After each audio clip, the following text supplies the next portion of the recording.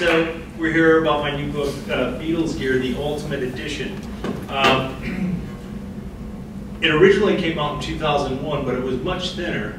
And so I did this other book in the meantime called The Story of Paul Bigsby, and then I did a book with the Rolling Stones about all the Rolling Stones equipment. So when I got that book, it was really thick, and the Beatles book was really thin, so I thought I gotta do the Beatles justice, and I had all this extra information, and so we added some 600 something more pictures and another 50,000 words, and the new book is the Ultimate Edition.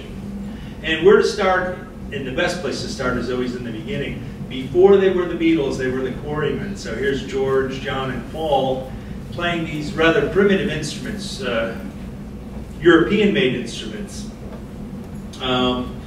They were a band that really started out not as a rock and roll band, but is a skiffle act. And skiffle was a form of music that Lonnie Donegan made pretty popular. And the Quarrymen eventually got enough money together to go over to a guy's house in Liverpool that had some recording equipment. And let's take a listen to what these actual guitars sound like. They're not really great guitars. They're, you know, it's not like a Gibson or a Fender or something like that. They're you know, Hofners. They're made in Europe. I wouldn't say they're the best sounding things in the world, but let's take a listen to what the Beatles, or let's say the Quarrymen, did with them.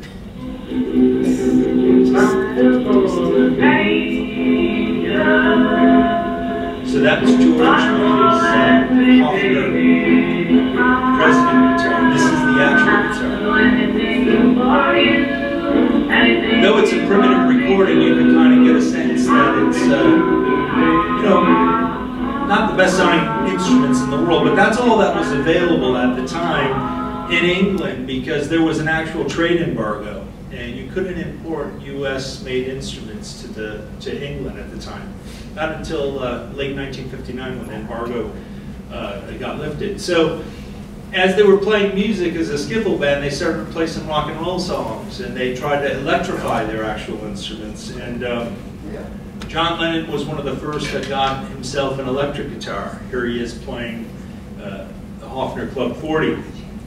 Well, they were getting pretty good as a skiffle band, the Quarrymen, and they got an audition to possibly go to Germany to be a house band down in Germany. So at the time, they didn't have a drummer, so they just used a sit-in drummer at this audition, and this is a photo of them at this audition. And the guy all the way to the side, standing to the side, is playing a bass, and that's John Lennon's friend, Stu Sutcliffe, who was an art friend of his that went to art college with John, and he had won an award for his artwork. And so the story goes that Paul and George and John took him to a bar and conned him into using the money that he won for the art award. Instead of buying art supplies, got him to buy a bass. And the funny thing was, he didn't even play an instrument. He didn't play bass, but they needed a bass player. So this is the bass that he actually got.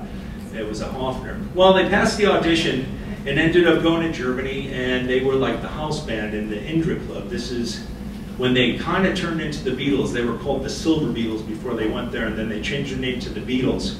So you have John Lennon with his Club 40, and George is playing this cool Futurama guitar. And the guy in the back's Pete Best. They found out that he had a set of drums that he got for Christmas, so they asked him to be in the band, and he joined.